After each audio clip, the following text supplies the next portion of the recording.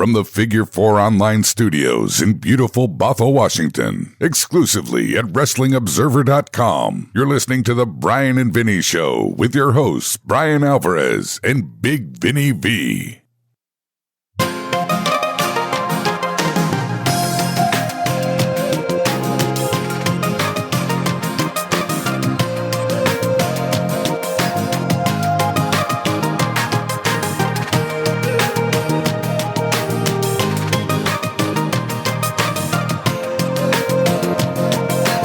All right.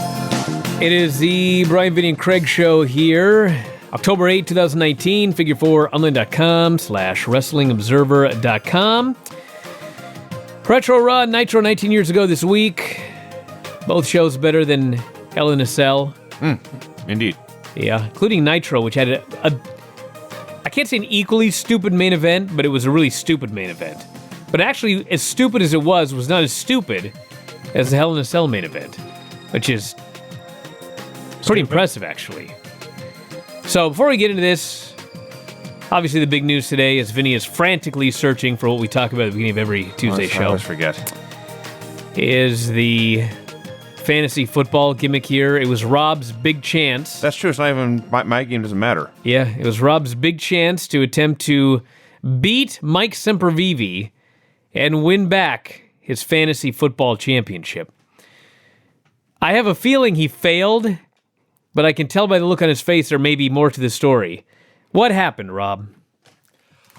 What happened is, as much as it pains me to say this, Brian, you are absolutely correct. Yeah. My pro football team let me down. My fantasy football team let me down. Fuck everyone. Excuse me, it's everyone else's fault? Yes, because I played the best possible lineup I could have played, and my shitty players did not come through for me. What do you make of this, Vinny? Well, I'm looking at the scores here. I was aware that I had lost to Mr. Rogers' Neighborhood. Mm-hmm. I was not aware that I would have beaten literally every other player in the league this week. Wow. That blows. You would have beaten everybody else, but you still got beat? Yes. Wow, that guy was the best then. He was the very Mr. best. Rogers' Neighborhood was the... Ryan Frederick. Our Fred, the superior player. And he only had 3 good players. I won't get into it. But. Oh, man. I hope you're all embarrassed. Vinny is the first loser. So Rob does not win his championship back. Where did I put it? It's right it's right there. Yeah. So that's going to stay here. So what does that mean? Like at some point, who's the champion? Sempervive? Yes. So you're never going to face Sempervive again? Not necessarily. It's very I have to go unlikely. through the schedule, because I think we're in the same division, so there's a chance. All right, so somebody has to beat Sempervive, and then you have to play that person. That's correct. What has to happen. Okay. What do we got? What's the lineup next week, Vinny? Looking at it right now, Mike Sempervive faces Josh Nason's team, the Dirt Sheets. Sempervive is undefeated. Nason is 2-3. 2-3. Clear underdog. I'll say. Been like that his whole life. Wow. So that's the big match next week, Mike Sempervive versus Josh Nason. That's the title match, yes. God, what a main event. And then 2 weeks after that, Nason plays me. So you can win the title back. I could regain it. Wow. Right there, yeah. Look at that. But the current champion, of course, is Sempervive. He plays. Is it 3 weeks in a row he's been the champion? 2. 2 weeks? Yeah.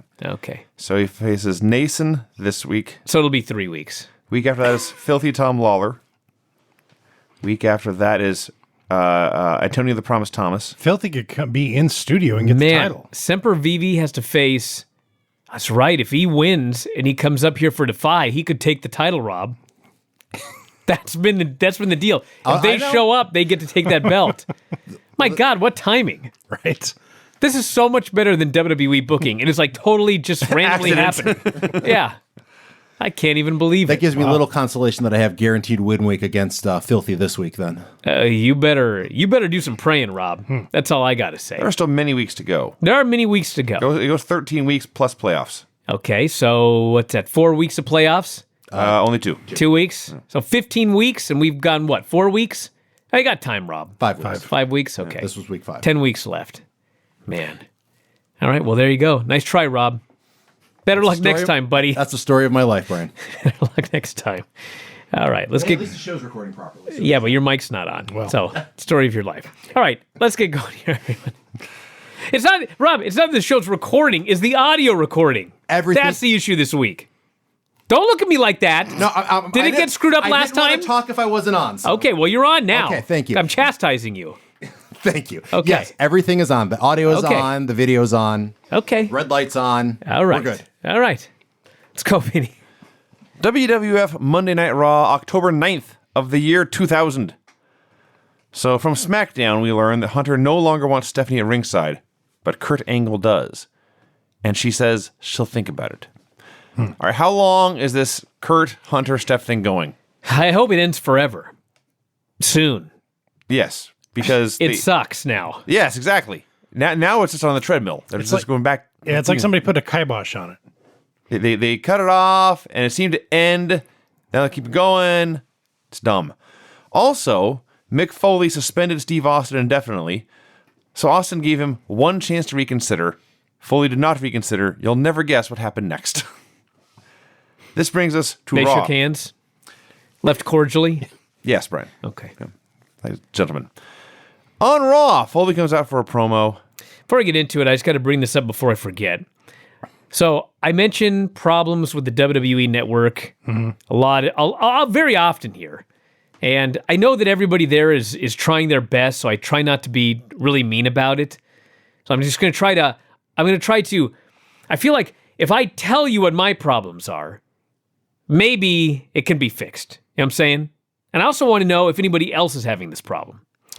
So the two problems this week, does anybody else have the issue where when you skip forward 15 seconds, all of a sudden there's no audio? Am I the only one? Not that, but if I pause, the audio goes away. And if I pause for more than like 5 seconds, I have to refresh the page. Yes. I have that as well. Yeah. Well, on Apple TV, if I try to skip forward during an entrance, when I stop hitting the button, there's no audio. And then I have to skip back, and then there's audio. So I have to skip forward past where I want to go, and then go backwards to get the audio back. Okay, if you're on your Mac, when I watch it on my Mac, if I do that, it automatically hits the mute button, and I have to unmute it. This is Apple TV. There is no mute button. So Mac and Apple TV are completely different. Well, no, but Apple TV, there's no mute button. I got you. There's no mute button on here. There's no button that says mute. So I'm not accidentally hitting a button. It just goes forward, and it doesn't do it every time. So it's not that. It's like 7 times out of 10, it does it. And also, when you try to watch a pay-per-view, when the pay-per-view is live, but then you want to skip back and forth. Yep. This is a disaster. Vinny and I are watching the show on the live stream, and something happened, and I just wanted to skip back just 15 seconds to find out what happened, and it booted me all the way back to the beginning of the show. That's a no-no. How many times did this happen, Vinny? On Sunday? Many. Repeatedly. Yeah. So those are the issues this week. I politely ask that maybe in the next version of the WWE Network, these can be remedied. It would really make me happy. Well, I will counterbalance this, Brian, by saying good things about the WWE Network and good changes. It exists. Because, it does, Brian. Yes. And it's better this week than it was for me last week. Because when I loaded up Raw, usually there's like you go to Raw, and the little thing comes up, the longest running, blah, blah, blah, blah, blah. You got to select the year and then scroll through and get your show. Yes. When I loaded up Raw, right at the very top, it loaded up October 9th of the year 2000. Because you watched the last one. It remembered the last episode Wow. I watched and went to the next one. And did the same thing for Nitro. I'll do you one better than that. Mine didn't do that. My continue watching feature is back. Hey. Yeah, I've had that for... That's infuriating, because my continue watching feature is not back. Oh. It just doesn't exist on the Apple TV anymore. see. And when it does show up randomly every now and then, it shows one thing. That's the thing you watched like 3 What years you ago. just watched. No, like if I watch Nitro and then Raw and then Superstars, continue watching will only be Superstars. It only remembers the very last thing that I watched. It used to remember like everything that I'd watched. Yes. All right, now we can go. So on Raw here in the year 2000, Mick Foley comes out for a promo, brings out what he describes as my fellow broken down, washed up wrestler Shawn Michaels. You know how funny that was in 2019? That was hysterical, actually. So Shawn denies running down Steve Austin, also denies he would have a motive. Foley then showed the clip from WrestleMania of Steve Austin beating Shawn Michaels for the title and said his best match was Mind Games with Shawn Michaels was forgotten. And people have forgotten all of Michaels' great matches, forgotten how he got out of his hospital bed to pass the torch to Steve Austin at WrestleMania. He says, if I had passed the torch to Steve Austin and he flipped me off afterwards, I'd have run that son of a bitch over myself. Yes. He says everyone's forgotten about Michaels. Now they're all cashing in on his hard work. And finally, Michaels denies it again, but I know who... Did he say I know who did it or who would benefit? He accused The Rock. He said, I know who benefit. The Rock is the one who ran Steve Austin over. Lita versus Jacqueline in a hardcore match. To be fair, he said, I might know who it is. I see. Because he was trying to figure the one guy that loved the spotlight more than he did. And it was The Rock. So I am as over hardcore wrestling for the women as I am for the men. Yeah, but Vinny, have you seen Lita wrestle? Touche. This was so much better with them just hitting each other with stuff and falling off ladders. And I will add, they had at least some storyline to this, which is Jackie tried to get a fire extinguisher. She couldn't figure out how to get it to work. So she gave up and did something else. But then Lita got the fire extinguisher and she figured it out. And she sprayed extinguisher in her face and bonked her with a cookie sheet and pinned her. Yeah, you have to pull the pin on those. Yes. There was a blow dryer in the ring, like a hair blow dryer. And Jackie just hit her in the head with it. We're going to do plug it in? It's a hair dryer, Vinny. It's not a cookie sheet. It hurt. I don't want you to hit me with Should a hair I dryer, go Craig. get a blow dryer? I'm just saying. We could take turns hitting you with it. It wasn't a trash can lid. It's something that gave. It's a hair dryer. Well, maybe she was going to bring a trough of water in with it. A cookie sheet is a broad, flat surface. And if you hit him in the head with it, it'll bend. Right. A hair dryer does not. Exactly. That would hurt. Okay, so that's the point you're making. Yes. What?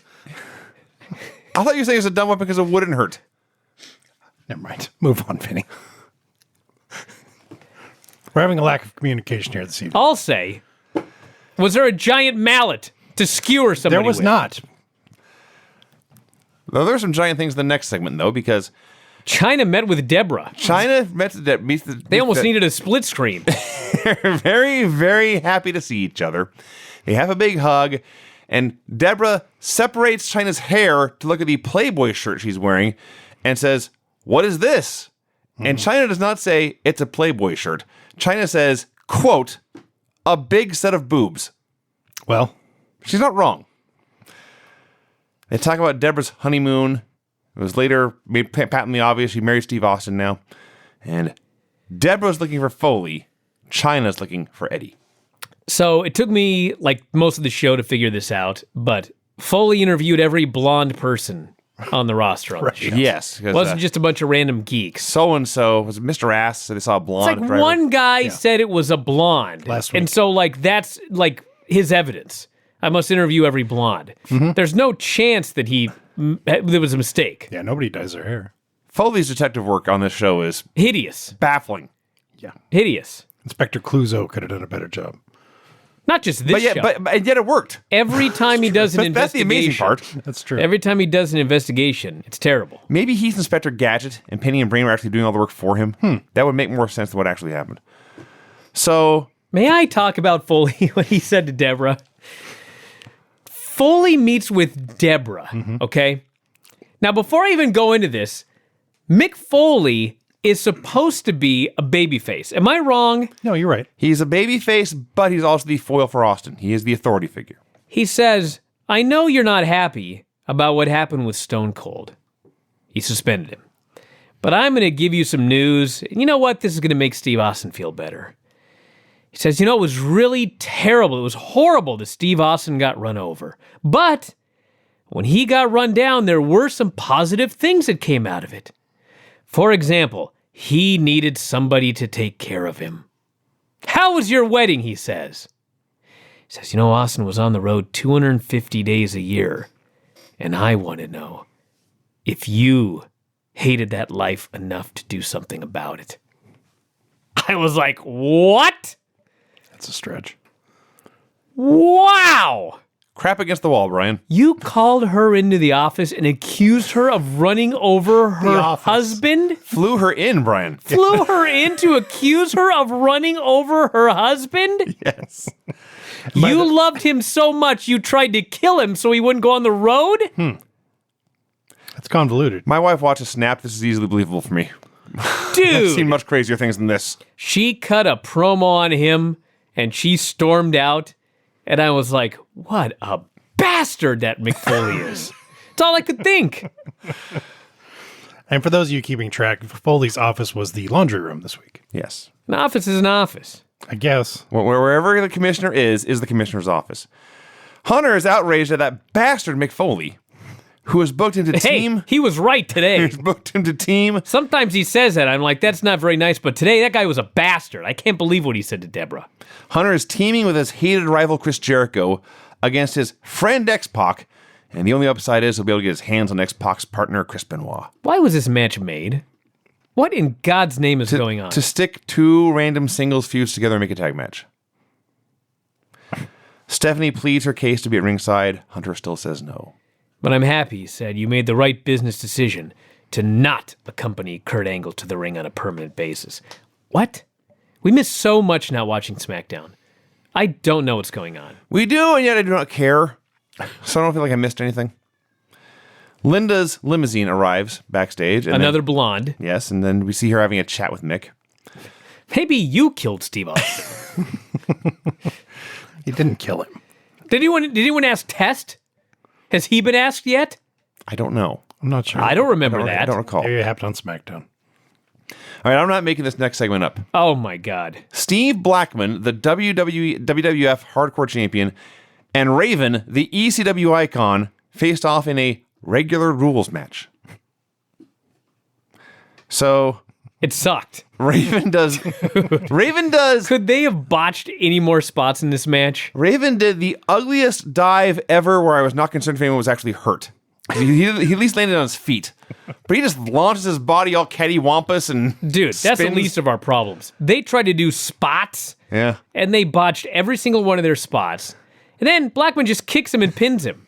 Raven debuted 2 weeks ago. He's lost 2 weeks in a row. he's doing the losing streak gimmick. And then Ross says something like, it's Raven trying to get out of the blocks. Yes, Like, wow, what a debut. This dive that you're talking about, Vinny, he ended up doing a corkscrew dive, but I don't think he meant to. I had no idea. It was not graceful. Then Raven beats him up, Yes! and Blackman gets his damn screamer sticks, Beats him and up he again. beats Raven up. So Raven's got beat up twice here. You know what's more amazing to me than Raven facing Blackman and losing and then getting beat up again 2 weeks after his debut? The fact that it's now the year 2000 and Steve Blackman is still a pushed character on this show. Yeah. Do you know how many people didn't have careers that long in WWE?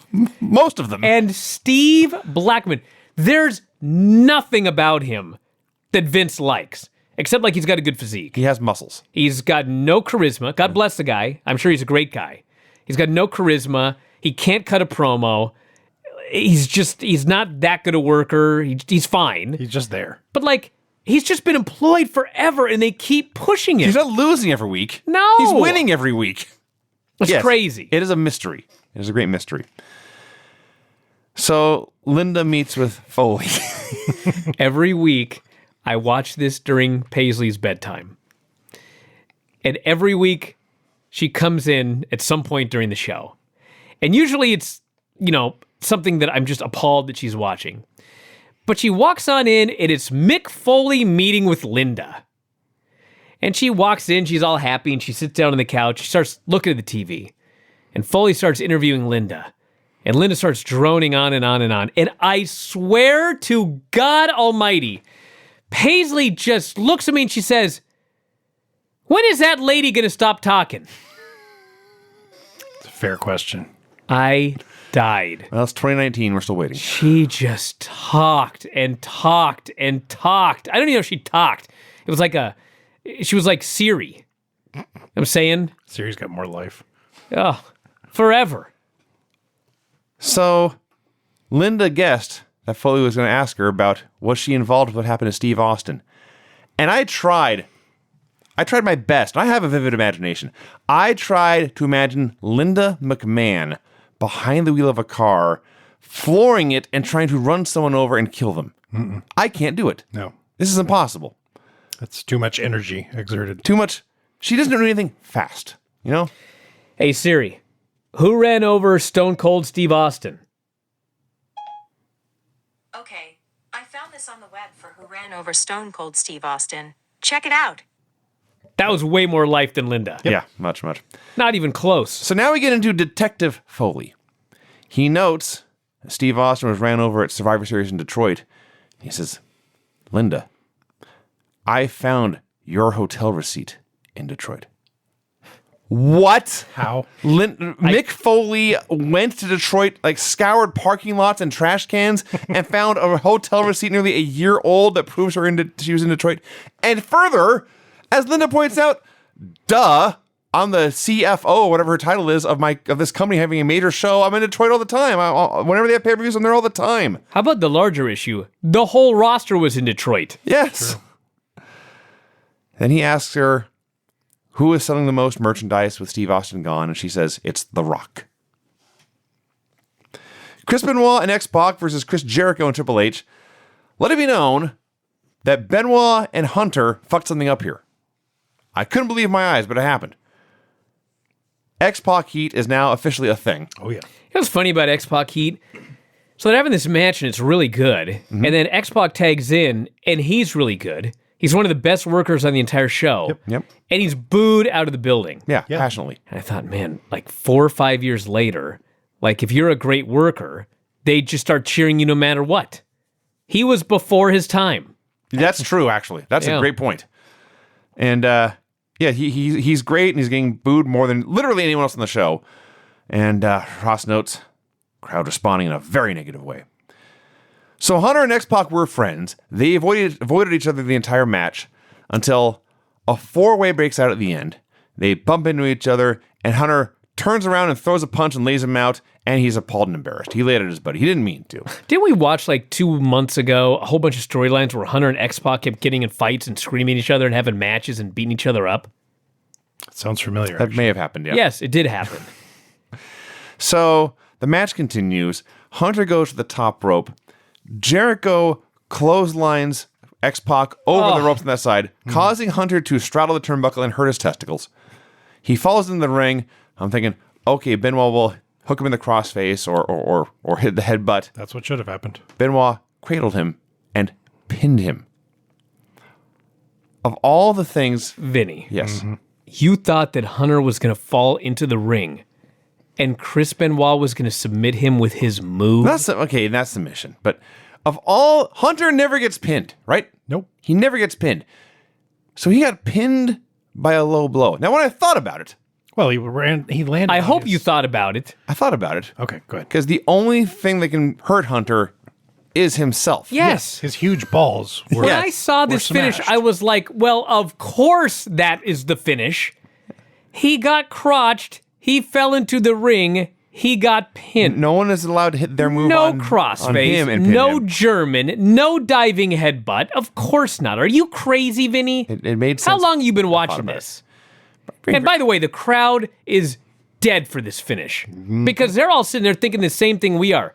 He fell off, and that's the finish? Yes. They didn't even know what happened. I mean, I was gobsmacked, but I wasn't.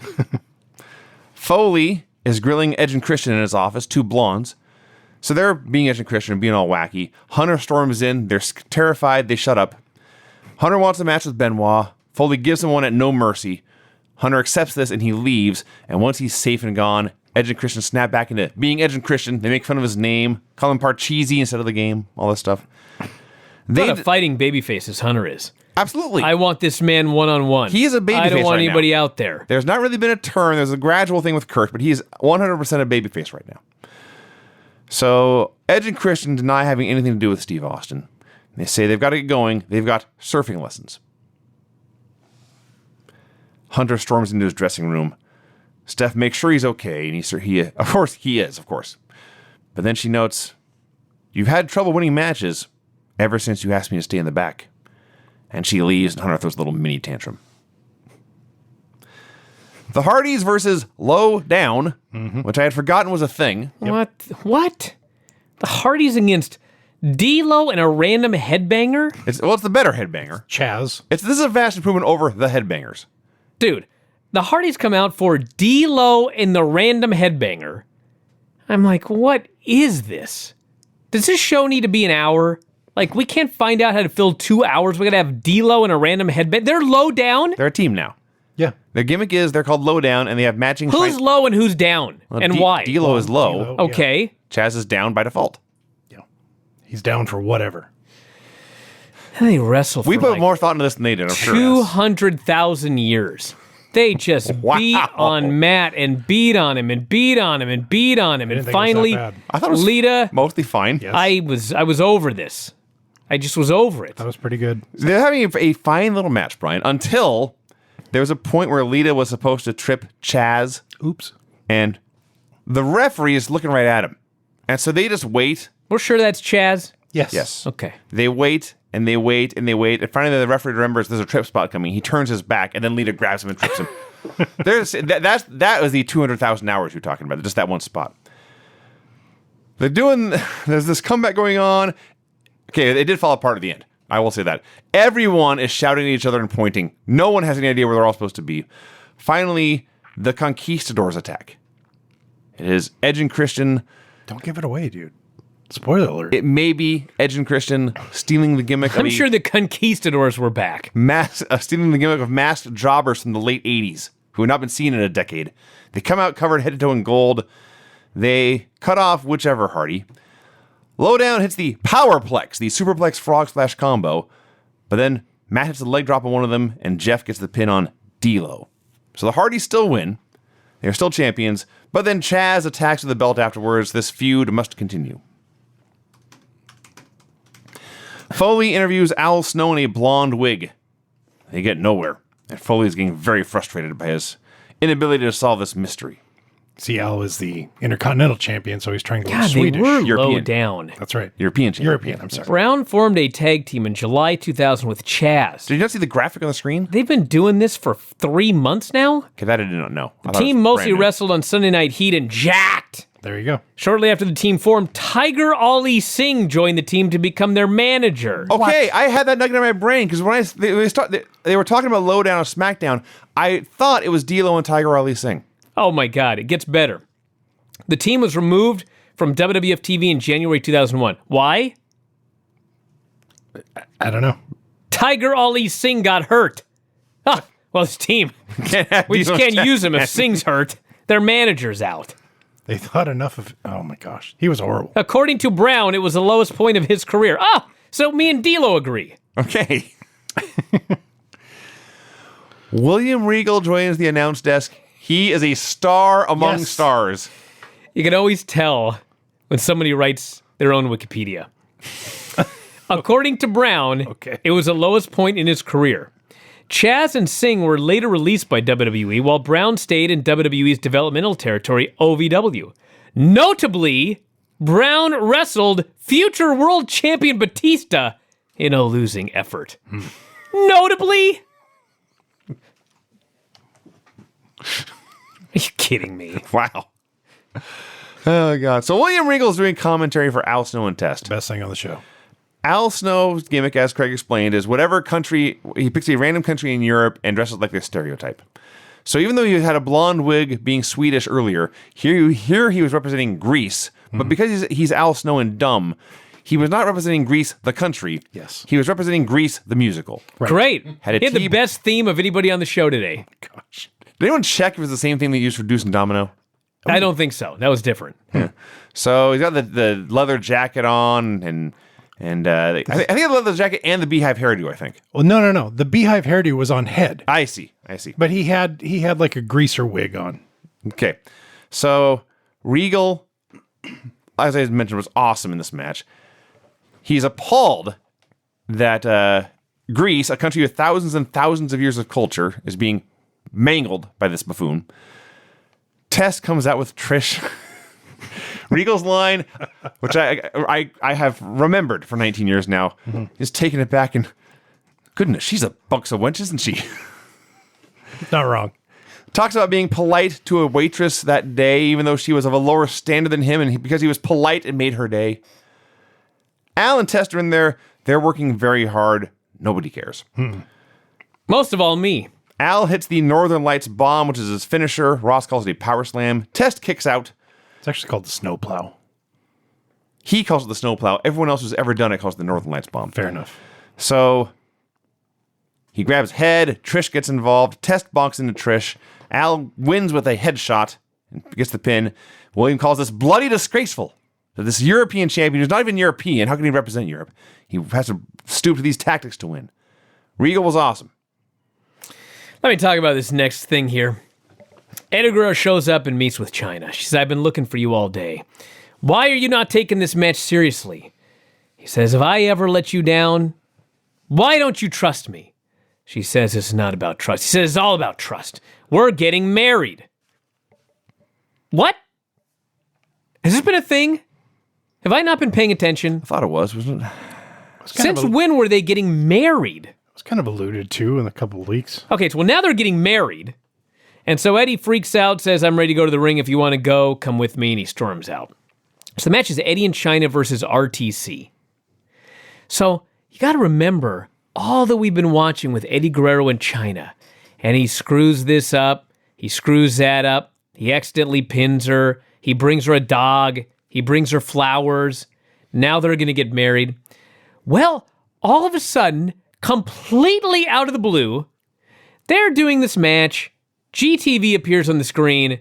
Eddie is in the shower with two hoes. He gets out of the shower. Chyna's devastated. She just sits down on the steps, weeping. And RTC beats the hell out of Eddie. They pin him. The key to all of this is, we watch the show today, and stuff happens out of nowhere that makes no sense. And they do stuff where you just watch and you're like, you are so stupid that you thought you were going to get a different reaction than the one you got. Well, this has been happening for 19 years. All of a sudden, out of nowhere, Eddie is a lying cheater who is in the shower with hoes when he's supposed to get married with Chyna. Their relationship is just shattered out of nowhere, okay? Number one. Number two, they thought he would be booed. When he got out of that shower and the first hoe stuck her head out, everybody starts to go crazy. Then the second hoe sticks her head out.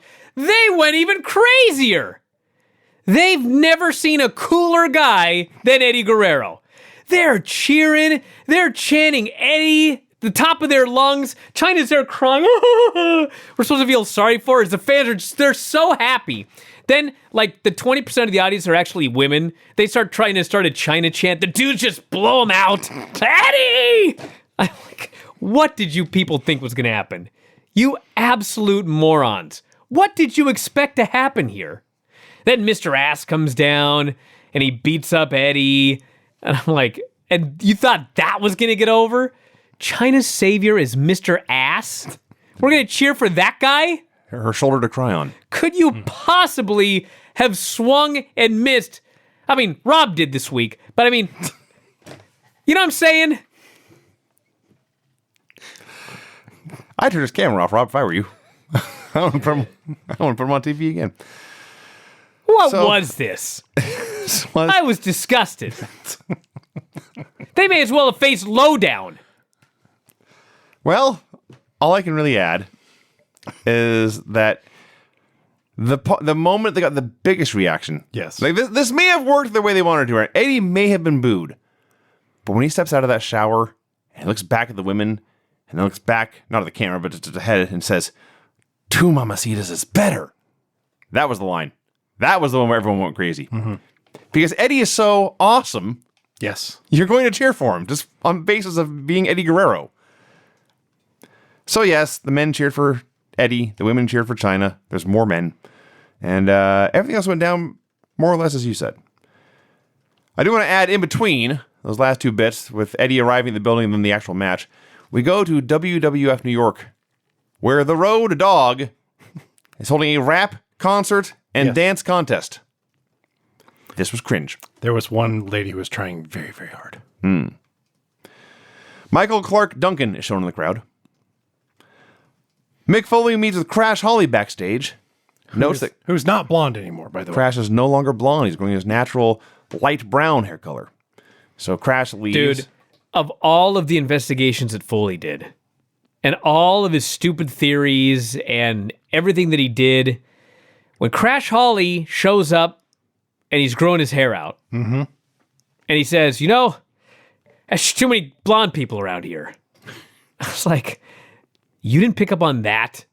That's the guy that ran over Steve Austin. Plus, he could It's barely reach patently the pedals. obvious. Crash. Yeah, his name is Crash. That's a damn good point. He's growing out his blonde hair. Screw that. His name was Crash. I mean, come on. Oh, he's a horrible detective. He's hideous. His name was Crash. Yes, it could have been an He's accident. a blonde guy named Crash who's now trying to not be a blonde anymore. I mean, could you possibly have more evidence that he's the culprit? It could have been an accident because he can barely see over the steering wheel. Thanks, Baron. All right. Okay. So when Crash leaves, Scotty 2 Hottie arrives, also a blonde. So Foley interviews him. Foley says, no. That whole time that Crash was being done in Detroit, when Austin got ran over, I was backstage, me and Grandmaster and Rikishi, waiting for The Rock to finish his match so we could all go party. Right. And Foley just nods. China leaves the building. Eddie tries to plead his case. China says this ring was the most important thing in her life. She throws it at him. She never wants to see him again. Eddie pleads, I'm nothing without you. China says, you already are nothing. And she drives away. So Eddie starts to look for the ring, but he bumps into badass Billy Gunn. No, just Mr. Ass. Mr. Ass calls him a dumb bastard. Says he lost the best thing in his life over 2 cheap-ass hoes. Tells him to go get the $20 for your ring back. That's as close to China as you'll ever get again. He starts to leave, and Eddie finds a bottle in the street and breaks it over his head. Then he takes the ring, and he leaves. So apparently, Mr. Ass has been secretly pining for China this entire time. Right. Well, and the hose, because he seemed to know they were cheap. Oh, that's a good call. Look at the detective that I am. Way better than Foley. All right, so this fucking thing. Angle comes out, does his whole entrance. Kane comes out, does his whole entrance, attacks Angle. So I write Kurt Angle versus Kane. Boy, are we Because- on the same boat. Because I have a functioning brain. And when I see 2 men fight each other on a wrestling show, I assume they are fighting. Right. No, everyone. They are tag team partners. The match is Kurt Angle and Kane versus Rikishi and The Rock. Now, Angle just got attacked by Kane and got his ass kicked. So he wants nothing to do with this. So Kane wrestles a handicap match against the heavyweight champion of the world and his friend, the big scary sumo wrestler, and beats the fuck out of them. At his peak, Hunter was never this dominant against impossible odds. He just leveled them, man. For like 10 minutes, he got the heat on them, both of them. All I could think was, if Dwayne Johnson had not been The Rock, this would have been the worst title reign. So horrible. Then Kurt is a moron. Worse than Booker T. Well, That's what I thought. forget about the other show. It's pretty bad.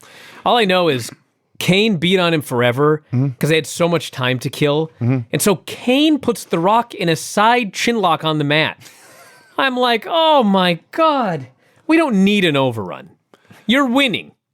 You're destroying World Championship Wrestling. That's right. We don't need to sit here in a chinlock on the mat. So Kurt, being a moron, decides, now that Kane has beat them, I'm going to ask this man who just punched me in the face repeatedly to tag me in.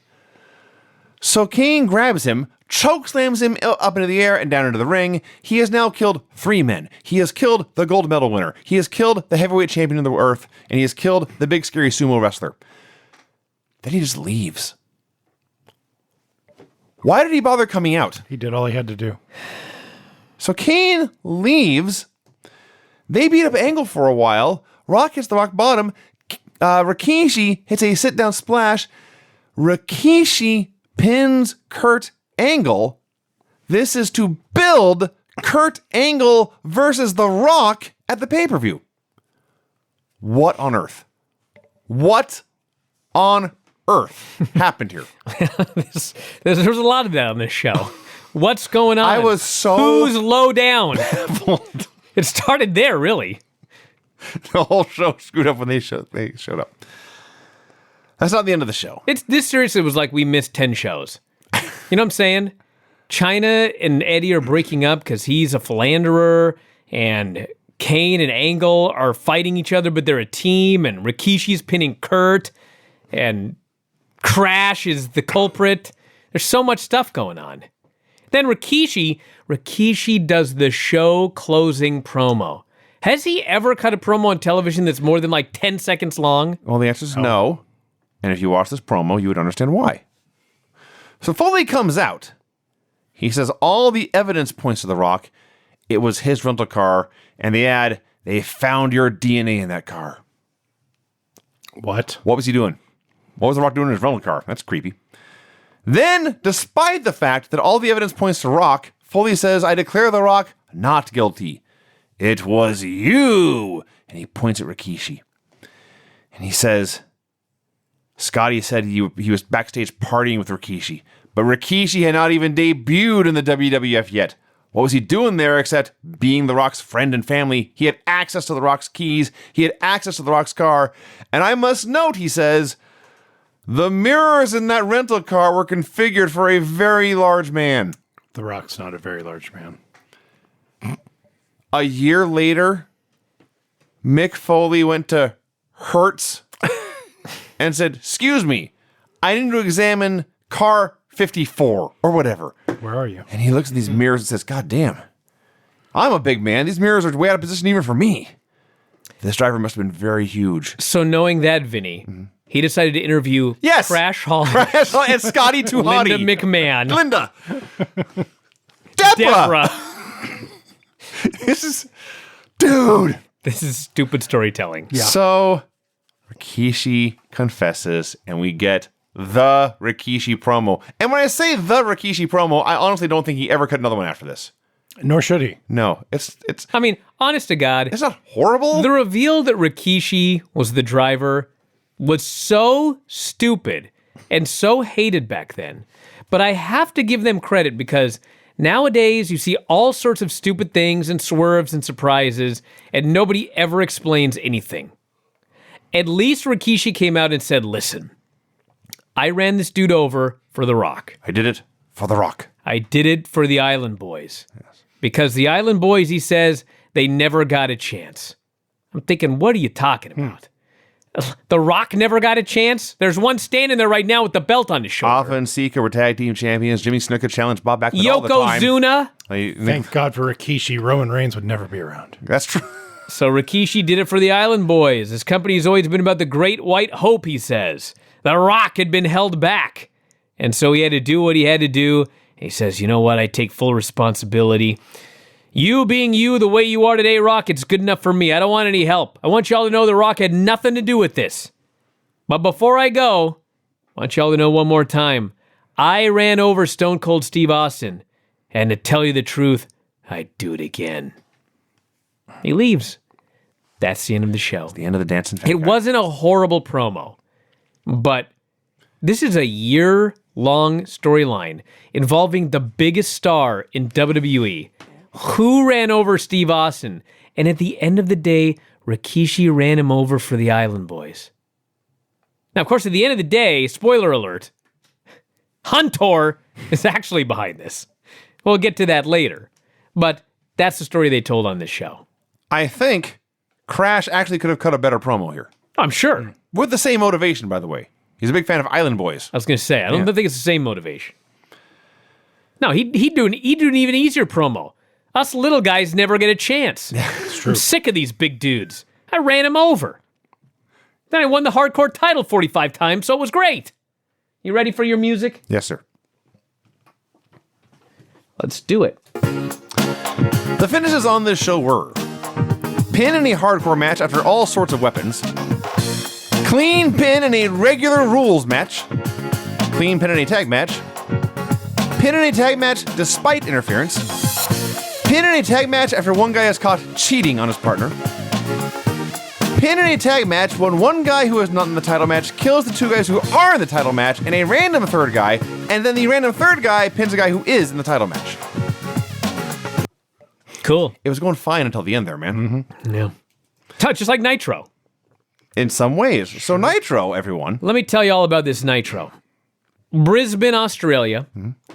This was, in fact, the week that Hoovie lost his mind. Oh, That's right.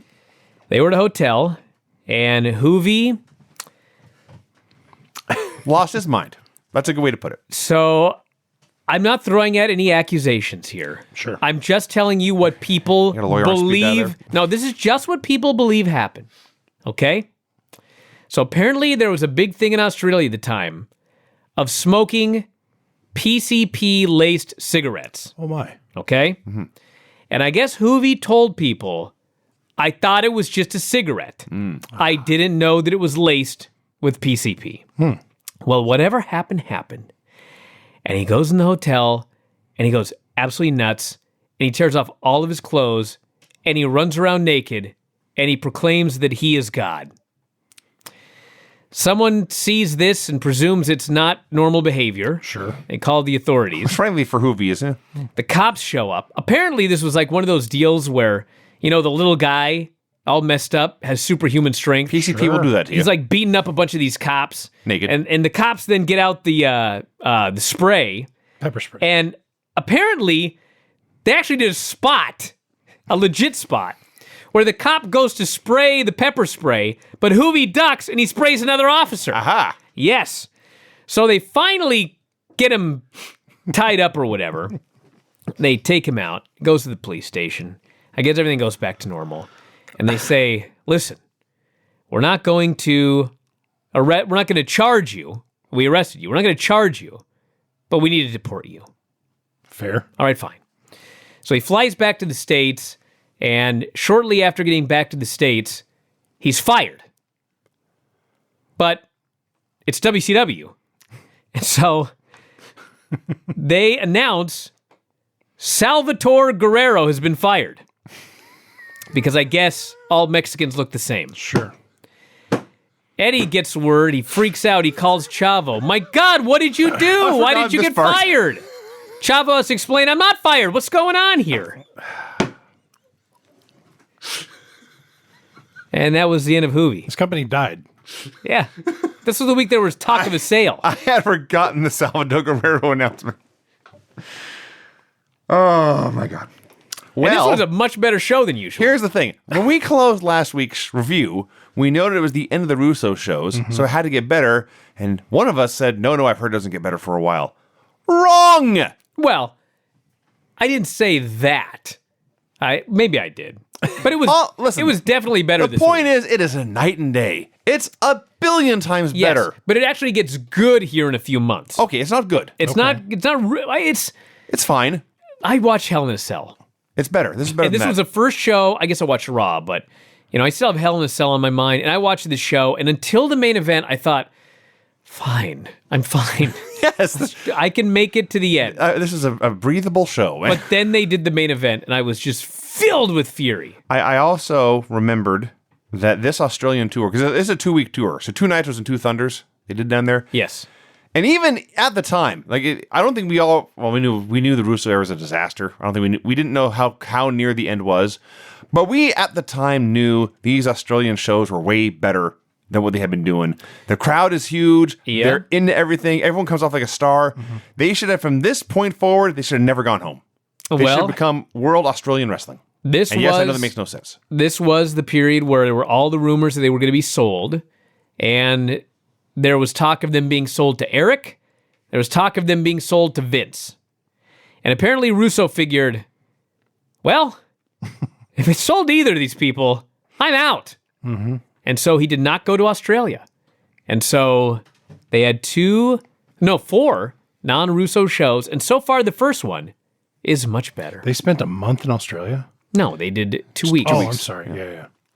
So Jeff Jarrett arrives at the building dressed as 1980s Sting. So it wasn't perfect. All teal and orange.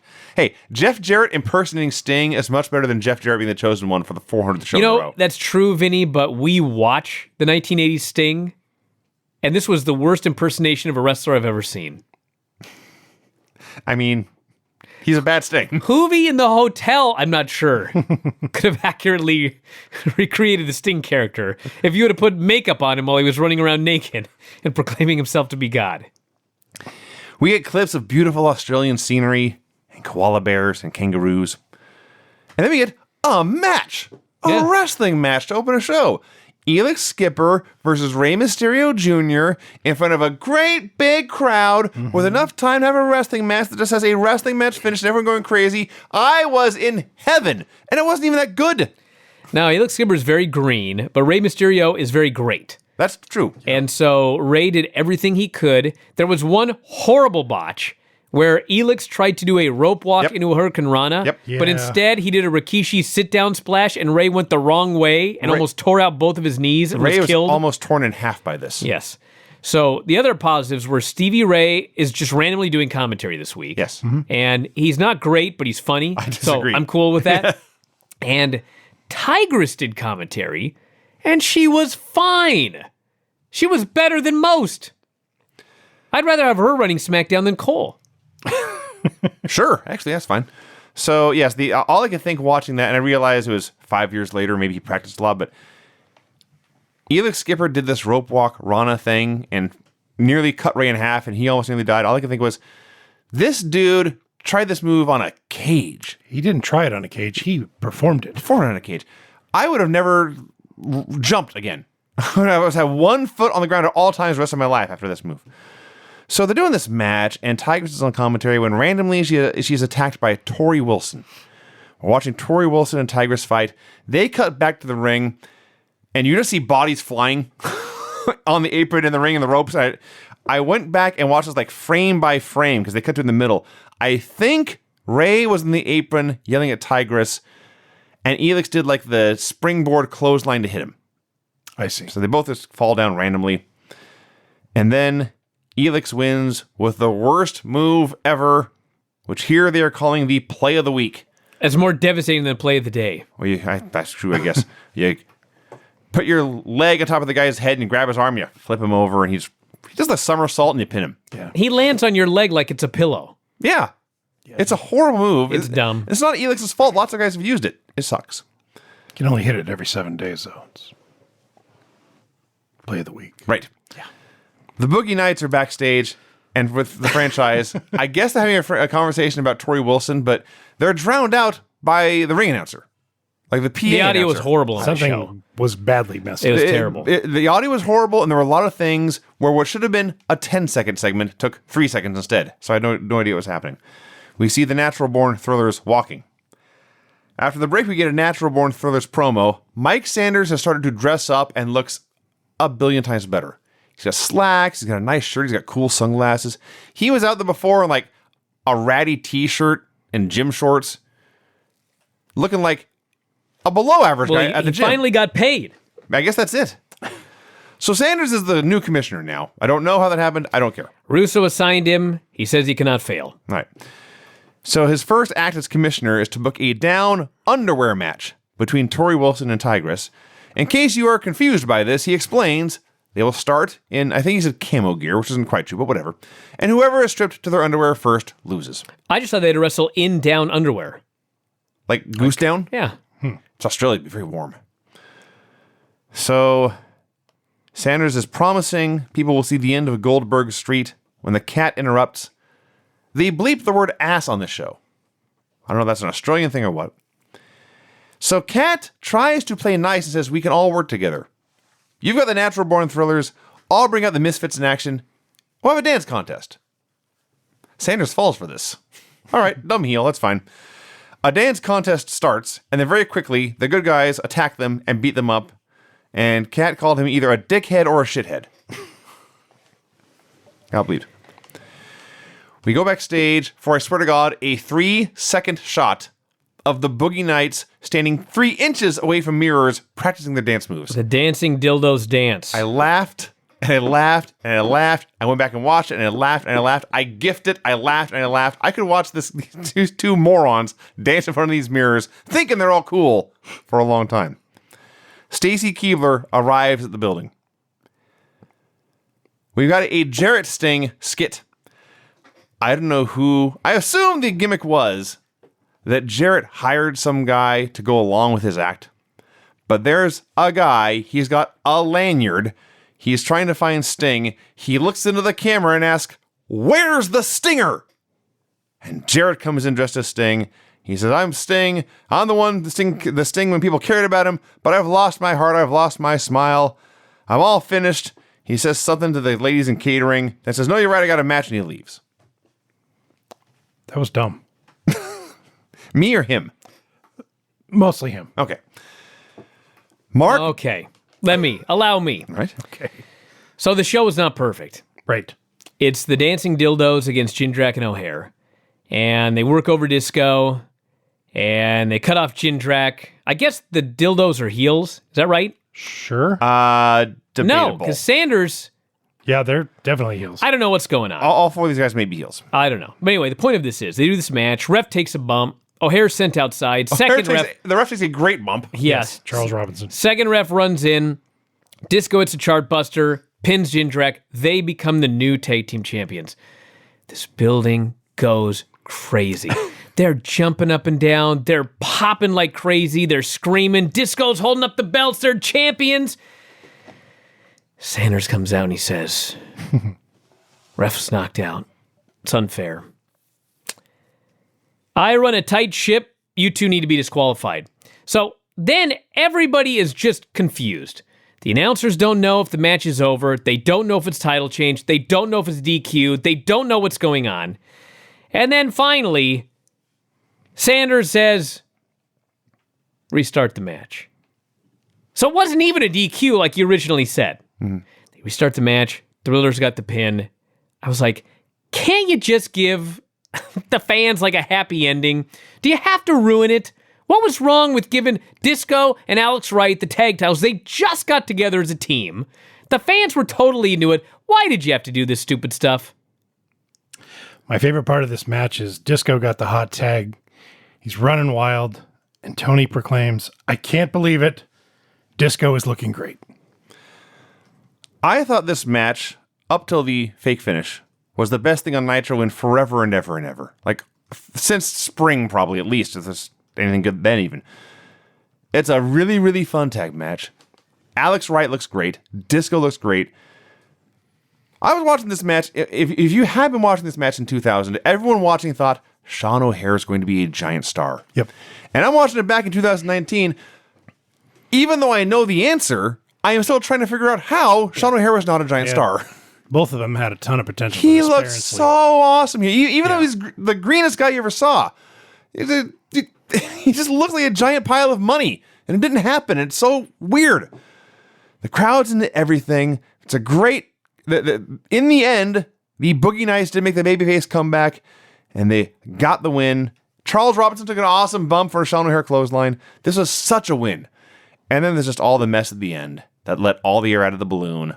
So depressing. It was. And it also goes to show that, like, Disco and... I mean, Alex Wright was really good, but, like, he's not one of the best workers in the world. Jindrak and O'Hare, they're green. I mean...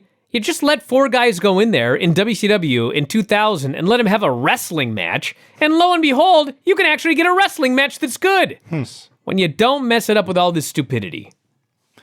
Stacy walking, Goldberg arrives, Australia footage. Stacy walks for, I swear to God, 2 steps. Jarrett with a Stinger MasterCard. I'm like, that was 1, 2, 3, 4 segments in a row that were like 2 seconds and pointless. The MasterCard thing at the end, you know how WWE always does the awkward pause at the end of every promo? Mm-hmm. They had it here. This is the opposite of that. He finishes, he starts to smile, and they cut away before his corners of his mouth even go up. Madden then interviews Stacy in the ring. So Stacy comes out in her dress, and they've got the prosthetic belly to indicate she's pregnant. And Stevie Ray says she's starting to show. Tony Schiavone, thousands of miles from his wife and family, mutters, she can show me anything she wants. And Stevie Ray, the gentleman, Tony, please! I laughed and I laughed and I laughed. So Madden's first question is, Stacy Keibler, who's the father of your baby? And before she can react, Stevie Ray barks, yeah, suckers got snow. This is the best Nitro in 2000. Not even close. So earlier we had the interrogation of Mick Foley and Deborah. Now we've got Mark Madden and Stacy. Who is the bigger bastard is the question. Well, Mark Madden says, Mark's bigger. is there a reason you won't tell us who the dad is? Is it because you don't remember, or you were inebriated the night it happened? Is it because you've been with so many men you just don't remember? You thought that you could call her into the ring, ask her this line of questioning, and she was just going to tell you who the daddy is? Well, anyway, it didn't work. And David runs out. She starts to leave. David comes out. Before David comes out, Stacy says she has a message for David, which is that he's confused. He's blaming people who are innocent. She made a mistake. She's sorry. She still loves him. So then David comes out and they start talking. She tells him what he saw on that tape was innocent flirting. Well, now I really want to see this tape because David saw it and thought she got pregnant doing it. So I want to know what gray area. Well, David's a crazy idiot. That's true. So David starts talking about how he wants Stacy to have a blood test to see how the father is. And Matt explained it doesn't work that way. When suddenly, you talk about missing shows.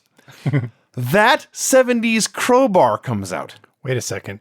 You skipped over the part where David reaches in his pocket and pulls out a needle. He's going to do the blood test in the middle of the ring. I didn't even know. We have to confirm that Stacy is Stacy, I guess. I guess. It's part of this pregnancy angle. So I called him that as a joke. I didn't know why Crowbar had this like velour suit on.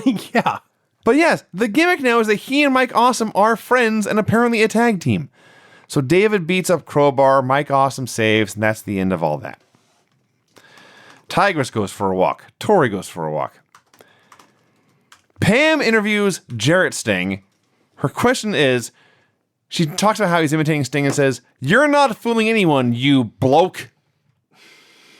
Does she think that's an insult? No one smartened her up to what bloke means. It's like fella. So Jarrett promises he will be in the ring signing autographs for $15 a pop. I guess you couldn't call him the C word. Well, no, Oh, that's Greg. an English thing. I'm sorry. Never mind. I don't know what the Aussie term they would use. Sam Greco shown at ringside. K1 fighter, kickboxing champion.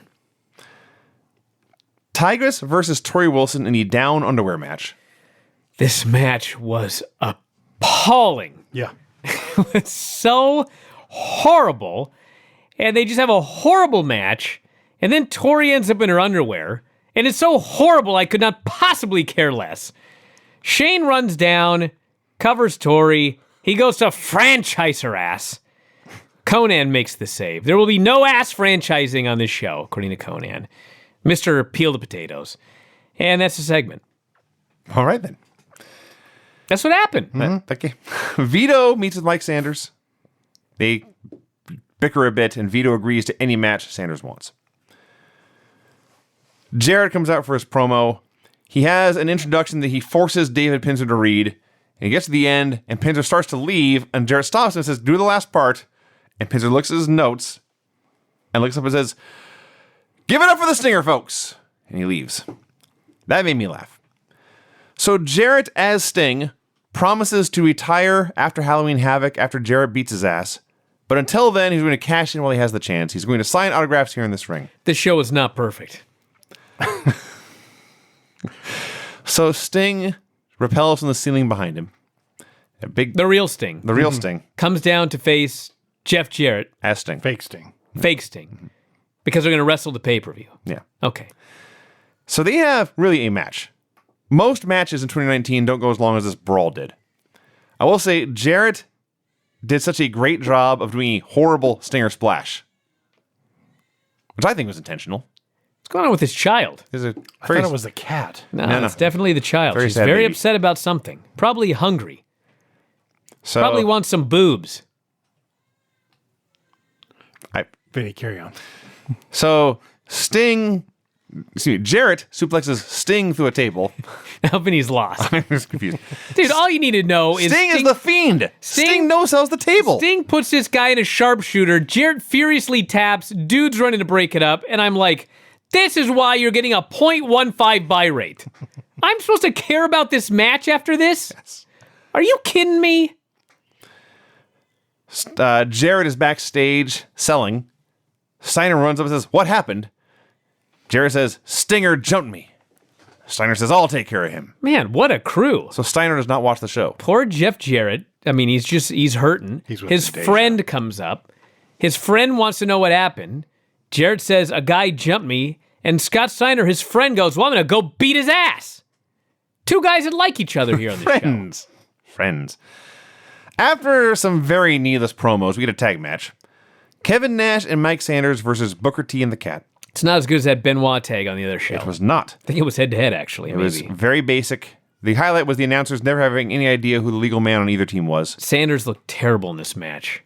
I mean, I guess they must think that he's an awesome promo because he's a terrible worker that makes him above average. That's the only thing that I can figure. So Cat pins him with a feliner. So then the Cat, the babyface, gets in Tyson Fury's face. No, sorry, Sam Greco's face. But we can't focus on that because Mike Sanders attacks the Cat and Scott Steiner attacks Booker. Steiner vows to kick Booker's ass at Halloween Havoc, and then he calls out Sting, and then nothing happens.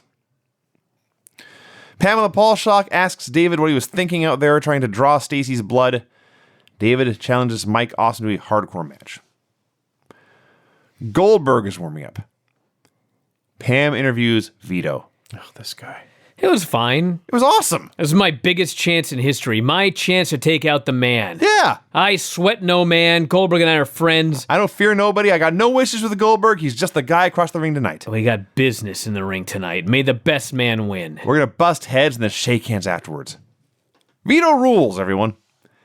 And then we got Vito versus Goldberg, which was exactly what it should have been. A great 30-second match. Vito kicked him once or twice. They literally did one high spot. Goldberg speared him and jackhammer and pinned him. On 2-3. Perfect. If they had just left it here, this would have been so fine. But no. Goldberg starts to leave. Johnny the Bull attacks Vito. Goldberg sees this, goes back, spears Johnny, jackhammers him, pins him. The ref counts 3. This also counts as the win streak. Then Chronic comes out. What happened here? Chronic comes I will be out. happy to explain when he's done. And nothing happens. Well, I don't know why Chronic came out. Okay. I presume both of them will be beaten next week. But I guess, basically, the storyline is he has to break 176. Okay? And they don't want to wait 176 shows. Well, I mean, at the rate they're going, they're due like a couple of house shows a week. To get it by Christmas. It would have been 2003 before he broke 176. So now they got to figure out, we got to be like 10 guys on each show. But that didn't happen here. Chronic came out. He Their beat 2 guys. Their music was playing. I know, but he beat Vito and Johnny. They went to commercial and they moved on from Chronic. I know, he'll probably beat Chronic, both of them, on Thunder for 2 more wins. He's just got to beat as many guys as he can every single show now. Mike Awesome versus David Flair. This is better than most hardcore matches because they wrestled a lot and then would do a hardcore spot once in a while. Great. Crowd loved Awesome. He looked great here. And he won with a giant top rope splash and the Awesome Bomb. Yeah. This is a very fun show up to this point. So at some point, a Mercedes had pulled up. And Ric Flair was inside it, but he waited to get out until this exact moment. He thought maybe David would win. I guess. Wanted to give him a fighting chance. Ric Flair gets out. He's got his haircut, so it's all spiky. And he's wearing like a Hawaiian shirt. Casual Ric Flair is the weirdest thing ever. It's bizarre. He comes out. Awesome's going to powerbomb David through a table. Flair talks him out of it. He's had enough. Awesome realizes, you know what? He has had enough. And he sets him down. He gives Flair the peace sign, and he leaves. So Flair is trying to get David to talk to him. David slaps him, tells him to stay away. They go to the back. Flair goes, don't do it, Awesome. You got the win. You got the victory. He's had enough. You've got kids. Awesome goes, all right. And he left. He did. Flair talked some sense into the guy. He appealed to That's his what logic. happened. And Awesome saw the error of his ways. Major Guns is begging Kwee Wee for a new outfit, but Lance kidnaps her. We have a Team Canada promo where Lance buries Australians. Apparently there was some gimmick with the gymnastics equipment at the Olympics in Australia that year. Yes. And they do the Canadian anthem, and the filthy animals interrupt. Lance faces Conan. In a wrestling match. Yeah. Actually, it wasn't bad. At all. Until the end. Lance works him over, misses the big splash, Conan comeback, Lance selling great for everything. And then they go to the corner, and they just stand there for a second. Time stands still. And then they do like a corner to corner, And finally, Shane McMahon, or Shane Douglas. It would have been no more weird. Yeah, franchise shows up. And Shane gets in the ring. somebody missed a cue somewhere. I'd like to think so. Because Shane jumps in the ring right in front of the referee, and the referee sees him and has to turn his back. Mm-hmm. And then Shane hits Conan and flees. With a chain. Yes. With a chain. With a chain. Lance covers Conan, but Conan kicks out. Yes. And then Lance gives him a dragon screw and puts him in the cloverleaf for the clean win. Mm-hmm. What was this? Here I wrote, what the hell was that? We can't leave good enough alone and just do a match. Conan looked like he dropped like 30 pounds. He did. He He was was moving a lot better. He did, and he was still huffing and puffing by the end of this. That's true. He was also wearing a Vince Carter jersey, which is notable because it's 2019. Vince Carter is still a professional basketball player. That's ridiculous. Sting goes for a walk. Steiner does some curls. And then this main event. This was where, listen, the show was better. It wasn't perfect. This was where it fell off the cliff. This is a 2000 WCW match. It was like, did Russo just fly in? And give me that script. Russo was watching the show and picked up his phone frantically. He called, no. I got a new main event. There's too many clean finishes on the show. So Steiner versus Sting. Jeff Jarrett comes out to be the surprise special ref. Brian's already done.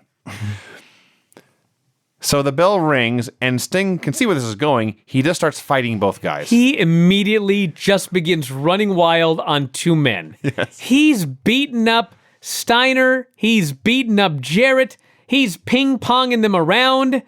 I'm like, what in God's name? And then finally, after beating up special referee Jeff Jarrett, finally Steiner cuts him off, and he goes for a pin. And Jarrett drops down and does a fast count, but then stops his count when Sting kicks out. I was like, I'm done. I can't take this anymore. I just can't take it anymore. Well, it got worse. So yes, at least Steiner was yelling him to count faster. They tried that. So a second ref runs out. Steiner kills that guy. Steiner's using a pipe. All this is in there. So they double team Sting for a while. They beat him up outside the ring. They hit him with a pipe. And here's what's supposed to happen. They'll throw Sting into the ring. Steiner will make a cover. Jarrett will try to count. But the cat will pull Jarrett out of the ring. That's what's supposed to happen. Mm-hmm. But the cat is very, very late. Very. So Steiner makes a cover. And then Jeff Jarrett, the heel referee, has to count slow. Yes. Classic. Amazing. Breathtaking. Just astonishing. So eventually, Cat attacks Jarrett, and now Booker's the referee, and Booker and Steiner are doing stuff, and Booker kicks Steiner, Sting has a death drop, and Sting wins. Okay, whatever. I don't care. That was a bad main event, Brian. I will concede to that point. You know, the only thing that I could figure, I actually don't have the attendance, but, the only thing that I can figure is, there were the building must have been big. And so everybody mistimed how long it would take to run down the aisle. Yeah. Because everybody was late on the show. If only they could have rehearsed something. It's like one guy after another. Shat's looking down going, I can make that half 200-yard run. 15 seconds. All right, here I go. Now Jeff Jarrett's counting backwards. He's going to have to count so slow. All right, you ready? That main event sucked. I don't know if I made it clear enough. That main event sucked. It was stupid. It sucked. Everything about it was dumb. I hated it. Here you go. The finishes on this show were clean pin. What? Yeah. It's caught off guard. Clean pin that is reversed into a double pin after an attack by several men. Oh, the clean pin was reversed. I should have known. Go ahead. I wrote the Ray and Elix was a clean pin. I remember the play of the week. Yeah. It was. All right. Clean pin that is reversed into a double pin after attack by several men. Victory in a down underwear match. Clean pin. Pin in a match that was never announced or agreed to, but still counts. Pin in a hardcore match. Johnny the Bull. Win after submission, or win via submission after a guy interferes, but it doesn't seem to be very effective. And then pin in a match after all sorts of shenanigans with refs who are biased against one guy or the other. That may have been a clean pin record. For Nitro. Yeah. All over this place. Because a couple of those, I don't think you mentioned clean pin, even though basically, like the hardcore match, you can have a clean pin. Yeah. Sure. Yeah, you didn't mention The that. down underwear match was a clean victory. Yeah, it was clean. All right. We're out of time, everybody. Hey, I want to mention this coming Saturday, I'm going to be doing a book signing at the Barnes & Noble in Northgate, just outside of Seattle. Saturday at 2 o'clock p.m. They're going to have books, so if you want to grab a book when you're I hope there. so. Yeah, you can grab Oh, one. I mean yours. Oh, Otherwise, yeah. it'd just be called they'll have Noble. this book right here. 100 Things WWE fans should know and do before they die. Got that, Rob? Got it. All the other producers get a good shot of the book when I plug it. Saturday, 2 p.m., Northgate Barnes & Noble. It's going to be a great time. So make sure you show up. And that's it, everybody. We'll talk to you again after a while. Good night. Adios.